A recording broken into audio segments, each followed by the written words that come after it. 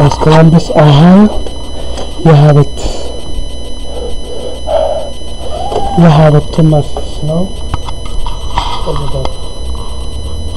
Dhulka ma ujeedin barafka dul hadda ahayo like 3 inches meelahaas waa da'i doonaa. This is Columbus, Ohio, and baraf more baraf uuna badulayaa kor iyo hoos.